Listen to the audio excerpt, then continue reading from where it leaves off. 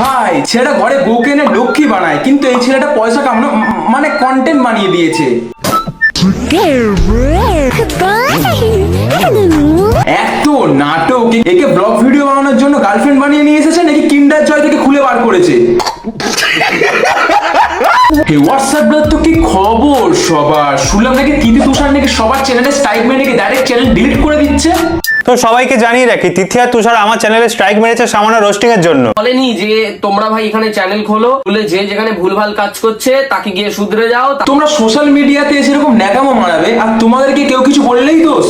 সেটা ওর ব্যাপার, আমার ব্যাপার, তোমরা বলার কেউ নয়। কাকে ধরিয়ে দাও। আরে তুমি কেন বলবে ওকে নাকি? তো এগুলোকে ন্যাকামো বলবো না তো কি বলবো? ভাই ছেলেটা ঘরে বউকে এনে লক্ষ্মী বানায়, কিন্তু এই ছেলেটা পয়সা কামানো মানে কন্টেন্ট বানিয়ে দিয়েছে। হ্যাঁ মানছি বিয়ে হয়নি, কিন্তু আমি আমার শাশুড়ির মেয়ে হই। আসল কথাটা হচ্ছে এটাই যে উনি তার বৌমাকে পায়ে চুমু খেয়েছে। বৌমা?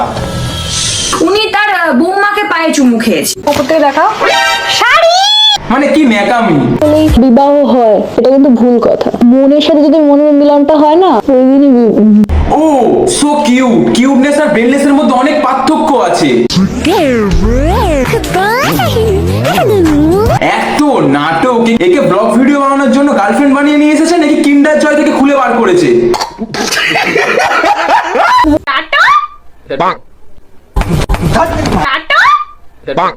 এর ব্যবহার দেখে মনে হচ্ছে যে বাচ্চাদের মতন এখনো বিছানাতেই মতে, বাচ্চাদের মতন দুধের বোতলেই জল খায়।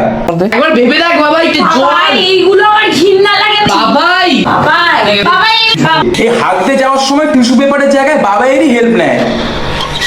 ভুলে গেলে ভুলে গেছে, আর হবে না, আর হবে না, আর হবে না, ভুলে গেছে। প্লিজ আমাকে ক্ষমা করে দাও, প্লিজ প্লিজ আমাকে ক্ষমা করে দাও।